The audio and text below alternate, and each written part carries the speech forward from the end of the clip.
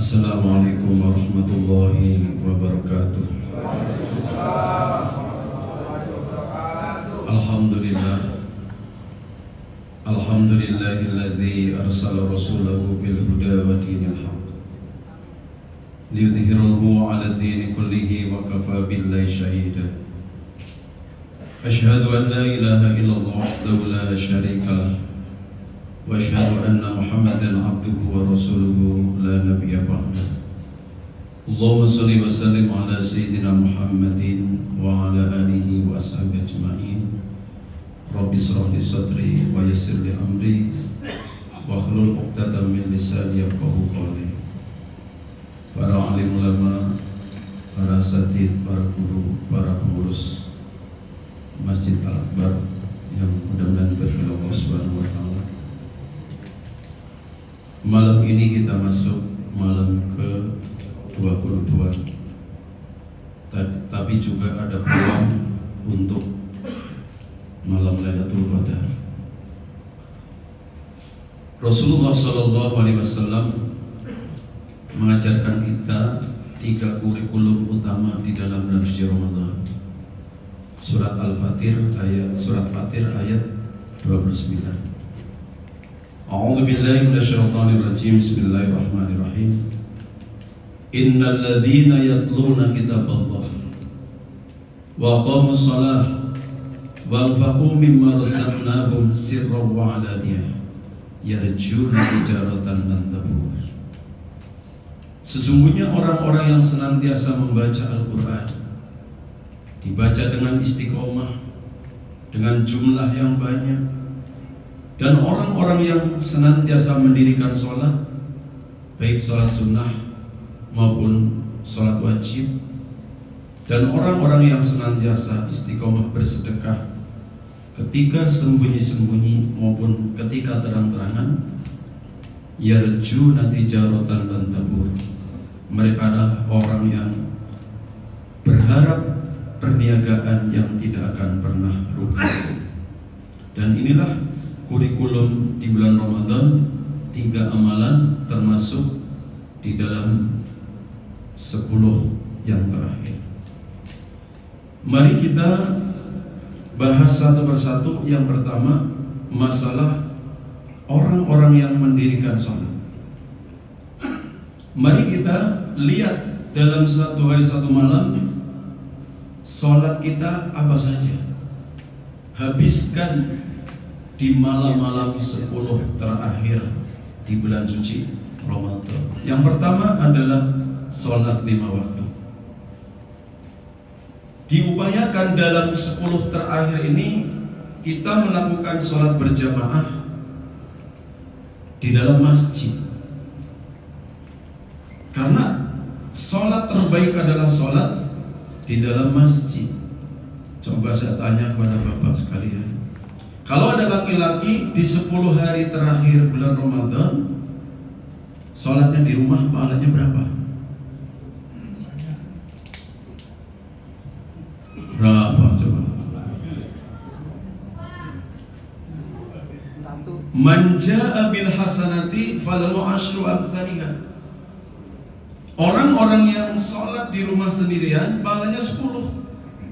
Itu berlaku di luar bulan suci Ramadan. Di bulan Ramadan Allah lipatkan 10 kali lipat, sehingga orang yang saat ini tidak mendapatkan kenikmatan kita di sini berjamaah, sholatnya di rumah cuman pahalanya 100. Berapa? 100.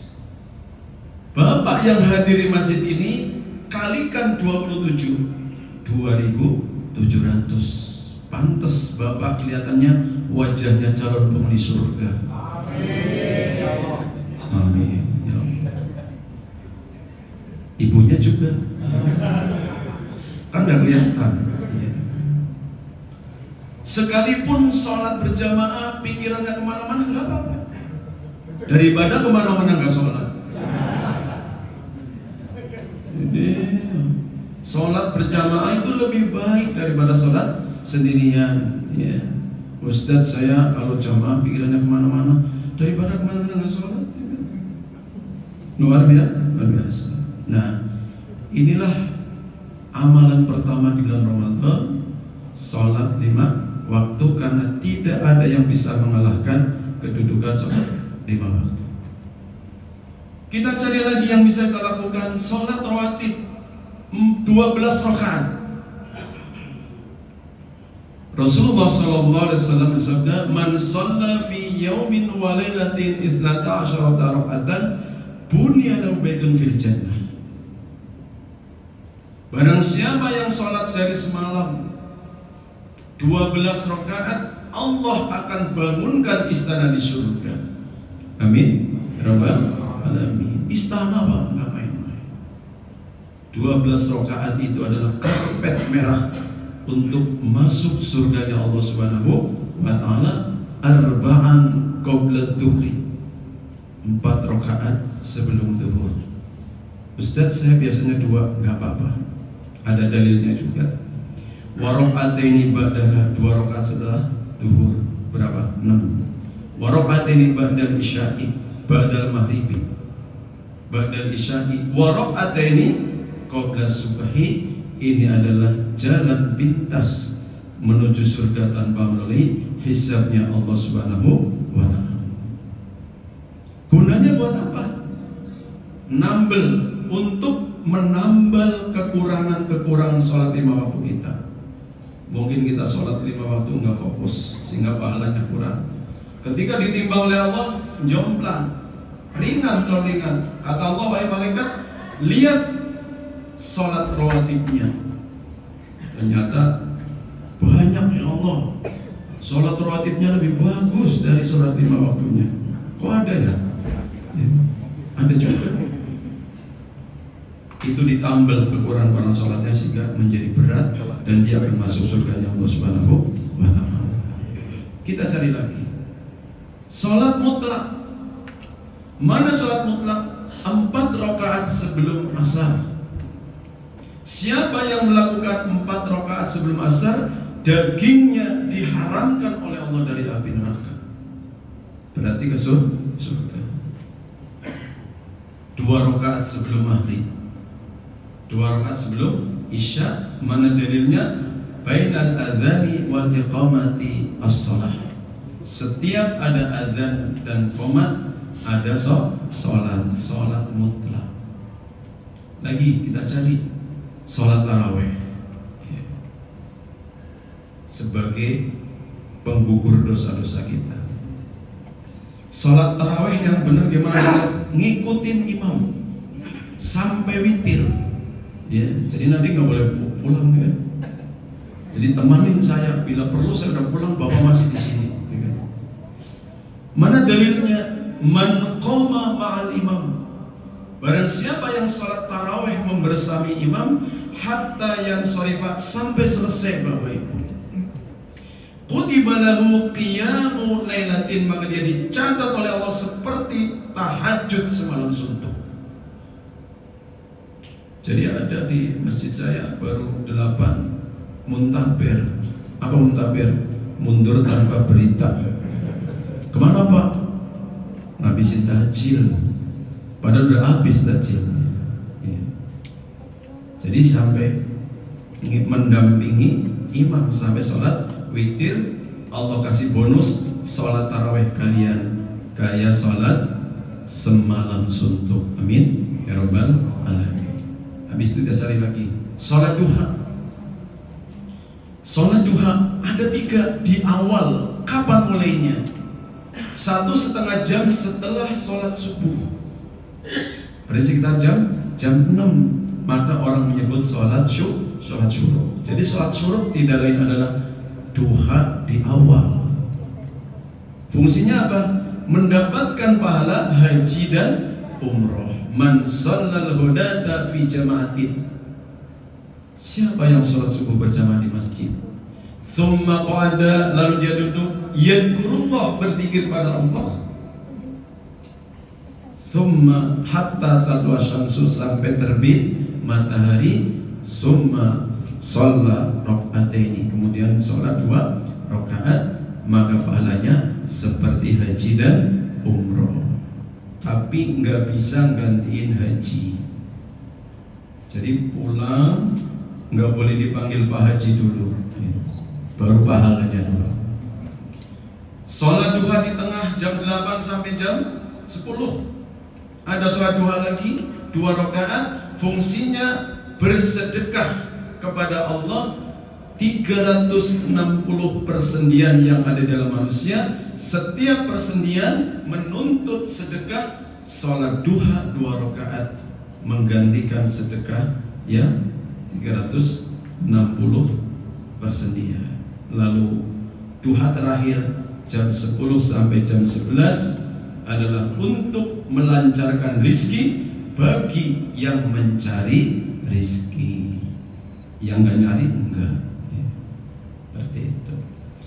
Kita cari lagi sholat tahiyatul masjid sama sholat syukur wudhu. Selesai Pak. Kurikulum pertama Ramadan selesai tuntas. Jika kita lakukan, kita menjadi orang yang paling sempurna di dalam hal sholat di bulan suci Ramadan. Yang kedua, tilawatil Quran. Seorang muslim di bulan Ramadan minimal khatam satu kali. Pahalanya berapa? 1 huruf Al-Quran.